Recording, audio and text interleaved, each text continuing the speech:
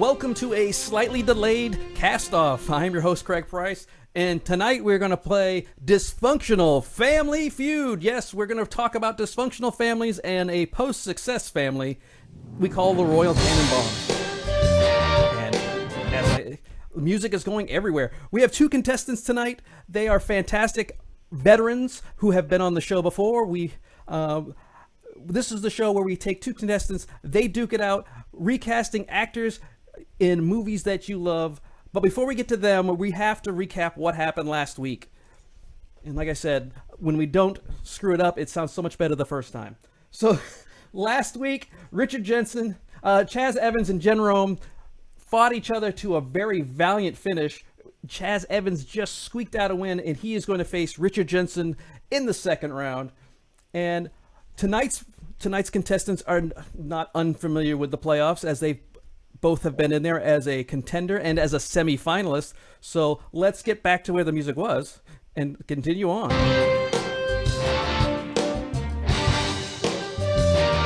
The lovely Valerie Cameron, who was a semi-finalist, and he was the top seed in the first one out. I had to rub that one in, Rob. Sorry.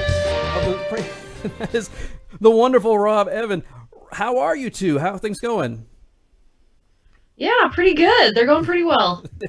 I'm going to try not to go 0-2 versus the state of Utah. That is my goal tonight. Yeah, well, half the show is the state of Utah. It's because all the talent is here, so you know. And the fact that they mass produce.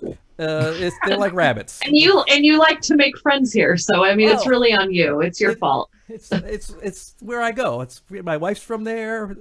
FanX is a great place to meet people, just like with the Comic-Cons with you guys. But let's talk to Val. Val, how are you doing? You are suffering a little bit tonight, but we're going to push through it, and I appreciate it very much. We're going to push through it. I'm dealing with a migraine, which a lot of people, I'm sure, understand. So I got these are my first bougie pair of prescription sunglasses. Like, I've never been this fancy before. I usually just have regular sunglasses. So do you guys like them? They're kind of 80s, like Rob said to me off the air. Yeah, no, they look fantastic. What's been going on with the Multiplane Podcast? Multiplane Podcast, we are having a lot of fun this month. We actually just had our Mandalorian discussion last week, and this next week coming up, we are going to talk Lone Ranger. So get into the Lone Ranger and why it did so poorly. Oh, I was hoping you were doing the original Lone Ranger and not the Johnny Depp. That's not a Disney movie. I don't know. I can't remember who did them. At some point, they had to do it. The Johnny Depp movie is, good luck with you. God bless you. You're doing the Lord's work there, watching that movie over again. Oh, thanks. Well, let's move on to Rob. Rob, it's been a long time no see. I think I saw you less than 2 days ago as we started to get ready for some things, but you have some reputation to go through, because Jen Rome came in here and represented the Clubhouse podcast quite well. She was fantastic, and even though she lost, she should hold her head up high. She was phenomenal. So she did now a great you have job last week. I was very impressed with her picks, for sure. Well, you have to work with that, because you have to do even better, and then Alex has to come in next week. It's a Clubhouse spinoff, apparently. It's a Clubhouse trifecta. Well, what's been going on with the Clubhouse show? Well, we've been just trying to get ready for end of year. We took last week off for the holiday. We're going to be off this week because of the big show happening. We might do a mini episode of our show during the big show, which you see right there on your screen. Who Needs Sleep comes up this weekend.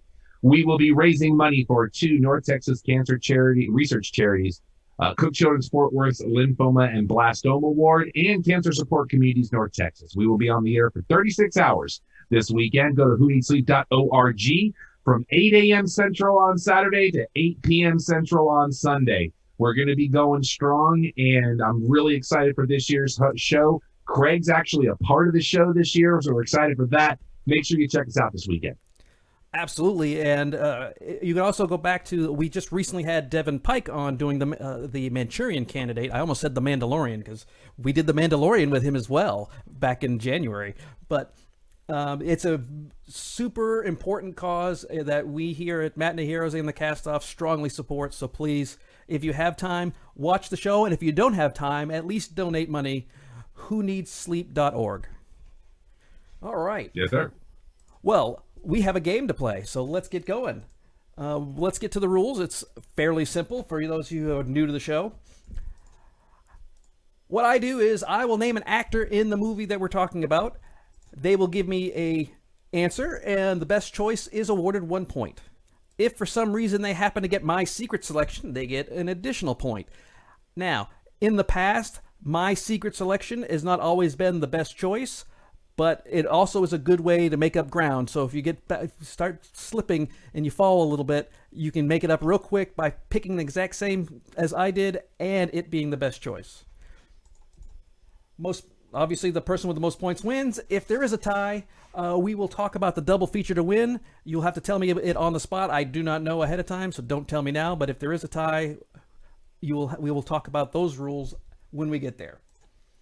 Today's additional judges were Brendan Agnew, as he always seems to do, and Elizabeth Rapp, who will join me on 12-12 to talk 12 Monkeys. Of course, you got to have 12 Monkeys on 12-12, but Elizabeth and Brendan, so if you don't like the choices, you can't just blame me. It's a combination of 3 other people. Whoever got the most points wins. Are you guys ready to play? Let's go! Oh, yeah, let's do it. Well, before we do that, a quick reminder, Matinee Heroes is the sponsor of the show, and we are doing Back to the Future with Zaki Hassan this weekend. So Saturday morning, you can listen to us. So you head over to matineeheroes.com/subscribe to the podcast. And while you're there, you can head over to matineeheroes.com/CastOFF to subscribe to the video feed. You can get this show notified through YouTube.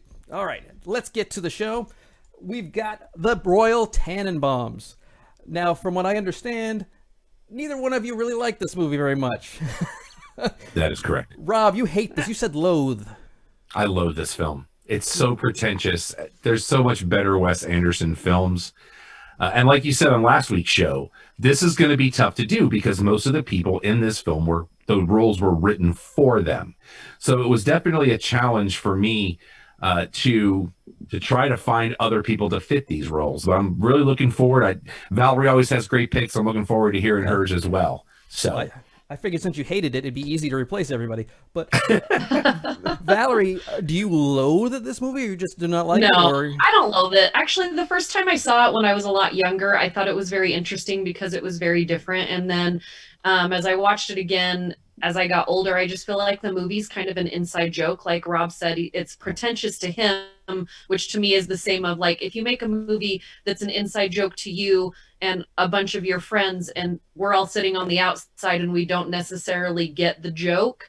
I respect it for what it is, but it's not my favorite. And if I don't ever have to watch it again, I'd be perfectly fine with that. Well, I guess I'm one of those left coast elitists. Though Alan loves this movie, and he's from Houston, so it can't be a Texas thing. But I figured it might be an East Coast elitist thing. But I don't know. I mean, it got the Criterion treatment, so well, that's no big deal. That's a money thing. Anyways, let's get to the real reason I wanted to do this movie is because whether you like the movie or not, you cannot deny the awesomeness that is Gene Hackman as Royal Tenenbaum. Gene was amazing in everything he does. There's not anything he's ever been bad at. He was even good in with the Mooseport, Welcome to Mooseport, which was his last one. So we'll start with Valerie. She got the high seed.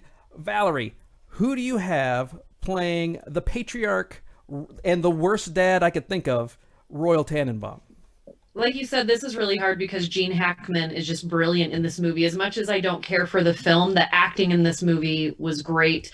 And I went with Tommy Lee Jones. I can picture Tommy Lee Jones in those clothes. I can picture him in that beard and kind of rough around the edges. We've seen him in movies where he looks a little out of it, but he's also very elitist. And, you know, I think Tommy Lee Jones would blow this out of the water. He would add a little Tommy Lee to it, which never hurt anybody. Well, he is a leftist elitist, being Al Gore's Harvard roommate. So, yeah, and I tried to find a good picture of him in a bow tie that kind of looked like you know, because everything else he's more cowboy. But he was great in The Fugitive, one of my favorite movies. He was great in Captain America because I wasn't expecting him in that movie, and when he was there, he added legitimacy to the Marvel Universe, I think, at that point. Yeah. He was great in Men in Black, even though Josh Brolin did a better impression of him than he did. And Space Cowboys, which will come up in a moment. So, Rob, Tommy Lee Jones is hard to beat. Who do you have competing with him? She came in hot on that pick, Oh, she came in like a superstar. So stop. For me, I wanted somebody that could make the role a little douchier, because I think with Royal, like, he's only being that guy because he feels like he needs to be that guy for his own selfish reasons. And I recast Donald Sutherland. I thought he would be really good in this role. You want to talk about coming in strong? That's Yeah. also strong. Of course, we know him from the Invasion of the Body Snatchers, pointing and screaming, but also a space cowboy. So you guys, interestingly enough, looked at one movie and found out that someone in this movie should be Gene Hackman. So we had him on The Dirty Dozen. He's the president in the Hunger Game movies. He's been around forever, including MASH. He can do it all. So you guys both came in super hot because, quite frankly, this was a toughie. This is really good. There is no weak one. We got Tommy Lee Jones. We got Donald Sutherland. I was thinking of a Jack Nicholson. So I mean, we're all in the same ballpark here. And the judges went with Donald Sutherland. Rob gets the point. Rob gets the point. All right. Now we get to Angelica Houston, who played Etheline Tenenbaum. She was a super mom at the beginning, and then she's a detached, not a mom for the rest of the movie. So when your kids were less than 18, she did her duty and was a great single mom. And as soon as they were super geniuses, you're on your own. So we will start with Rob. Rob, who do you have playing the role, just like Royal, that was written for Angelica Houston? This was this was the first one that came to mind when I watched the film. This was the first person I cast, and then I cast Donald Sutherland off of her. And the only person I could even think of in this role is the amazing Helen Mirren. Oh, yes. And the two of them working off of each other, just give them all the awards right now. She's in one of my favorite Harrison Ford movies, The Mosquito Coast, dealing with a deranged Harrison Ford in the jungles of Belize. She's even now. This is what we call. I hope she's not listening, and if she is, I hope she doesn't take it the wrong way. Our pug is 15 years old, and we call her Helen Mirren because even as old as she is, she's still gorgeous. And Helen Mirren, even if she was 107, you know she's still going to be gorgeous at 107 and super talented. So now we get to Val. Val, this one's a tough one. Helen Mirren is a good call. So It is a good call, but I did cast my cast staying with kind of the play of the movie. The reason why people that do love this movie like it is because it's so off the wall, kind of outside and quirky. And so when you think of great actresses who stay on the outside, they're kind of quirky. I had to go with Catherine O'Hara. Like, she is this quirky, strong but funny, can play sexy and odd and weird. And I just think her alongside Tommy Lee Jones, I want to see that movie. Like, I'll take my money right now. she's great in everything. And I guess there's an internet thing going on right now that a lot of young kids just didn't quite know that Moira was the Home Alone mom, which for us, come on, people, it's Catherine O'Hara. She is comedy gold. She's a goddess. She's a legend. Give her some credit. Good grief. Young people suck sometimes. Sometimes. They are the future from what I hear. All right. We got Helen Mirren, Catherine O'Hara.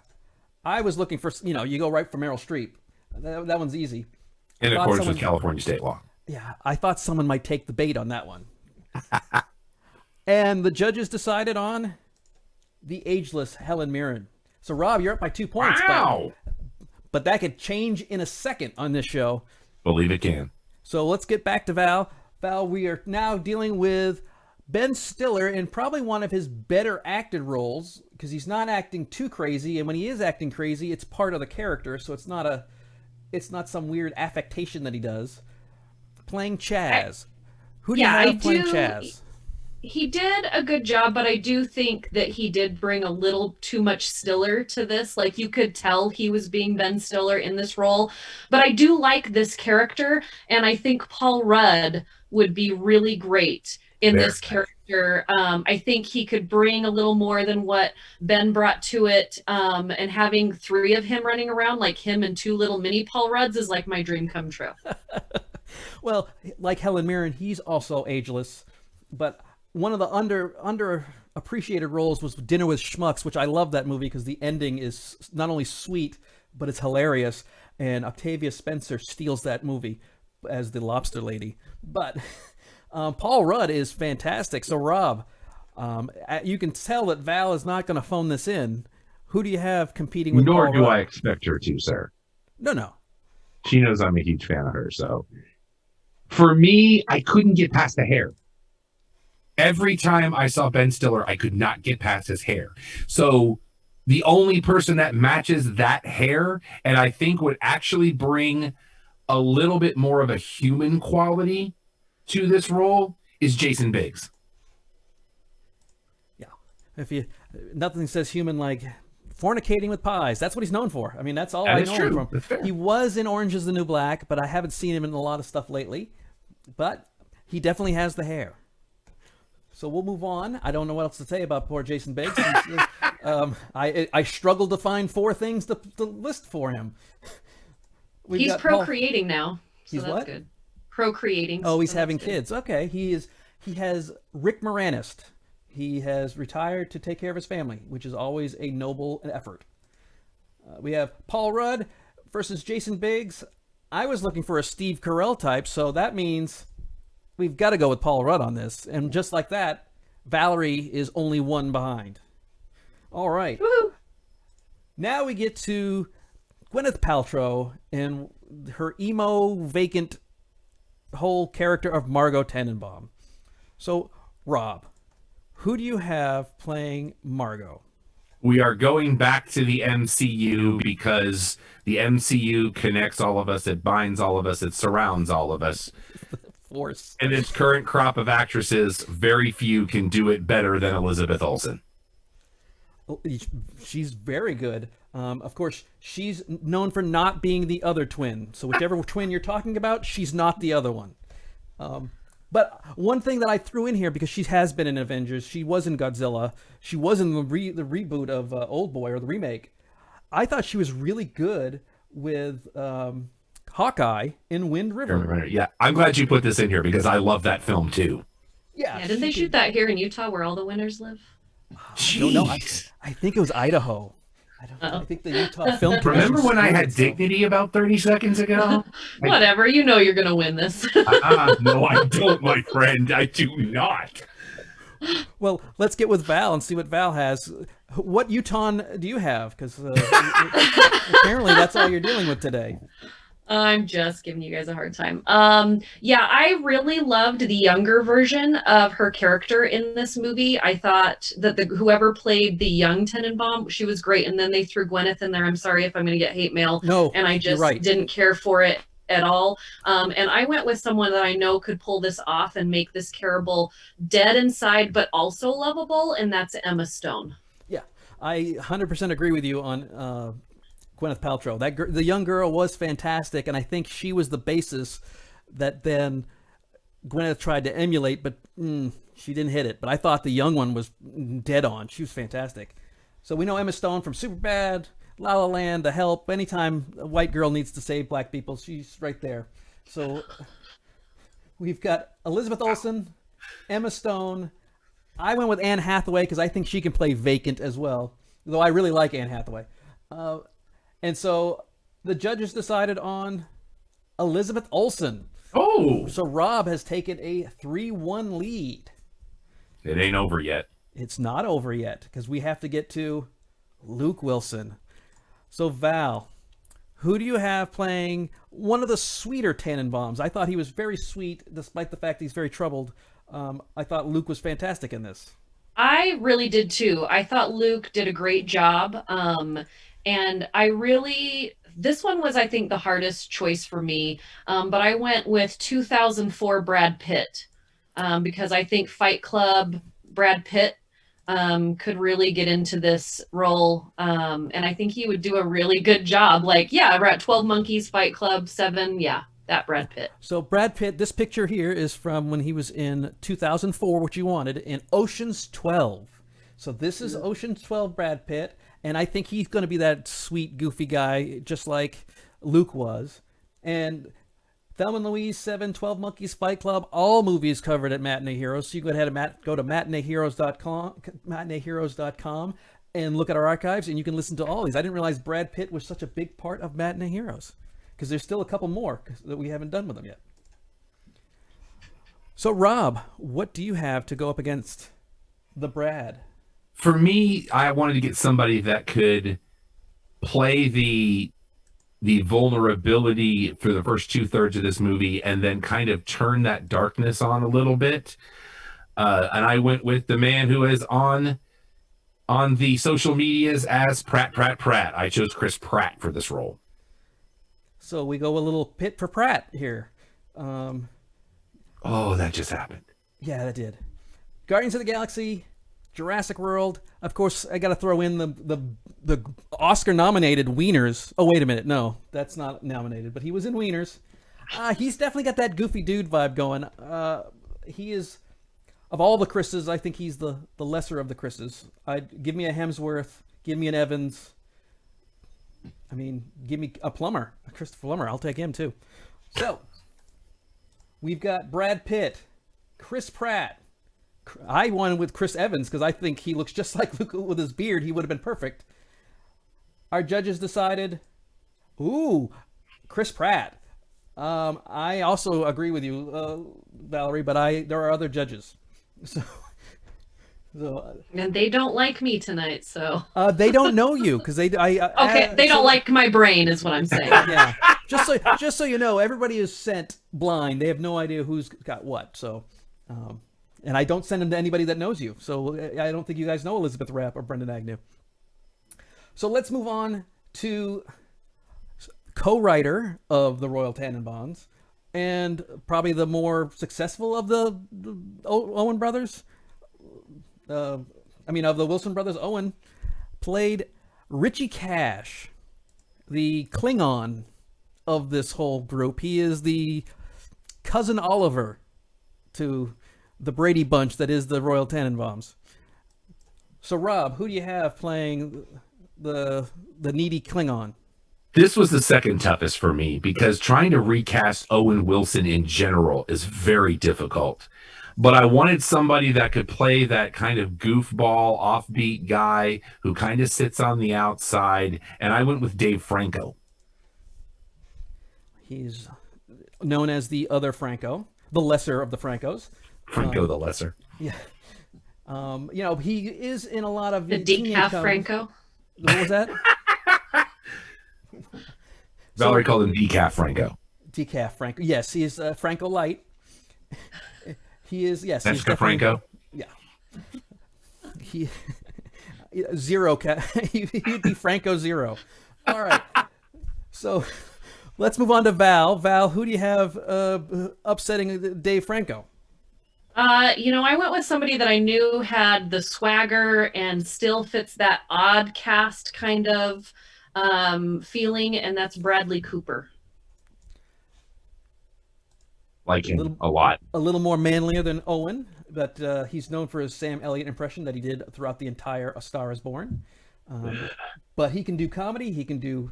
he can do voiceovers. He can do dramatic work. He's an amazing director. I thought A Star Is Born was really well done.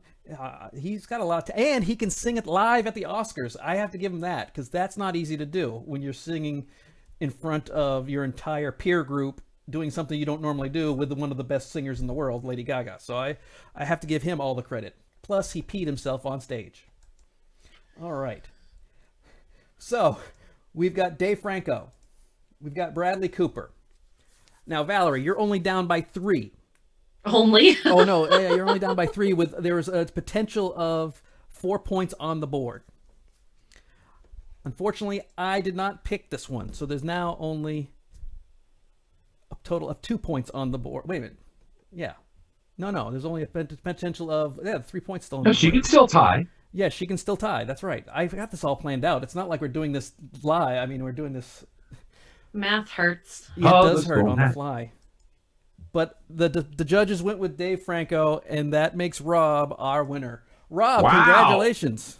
Thank you. And as the winner, you have today's final thought. I will say I take no relish in this victory because Valerie knows what a fan of her I am, and I knew going up against her in the first round was going to be a struggle because she is amazing and she knows what she's doing. Just as a reminder, this weekend, whoneedsleep.org. You can go there now if you'd like to donate to the causes. They are split between two great cancer causes here in North Texas. We are going to have everything from roundtables to comedians to live music to interviews to game shows, general chicanery. We would love to have you join us from 8 a.m. Central Saturday through 8 p.m. Central on Sunday. Whoneedsleep.org. And remember, today is Giving Tuesday, so you can give that way as well. All right. Well, let's move on to next week, where we've got some newbies coming into it. You may be familiar with them, Rob. One of them for sure. One of them for sure.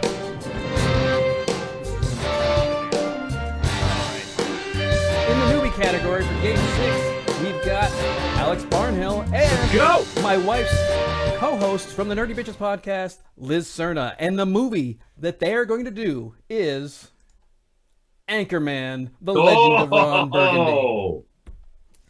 This one's not going to be easy because you have to find people who are willing to be goofy enough of Will Ferrell and as outlandish as Steve Carell. That is not going to be easy because there's not a lot of people that can replace them. Is this also going to be the first week that nobody's allowed to cast Paul Rudd? It might be. Maybe Paul Rudd will be Christina Applegate's character. I don't know. You never know.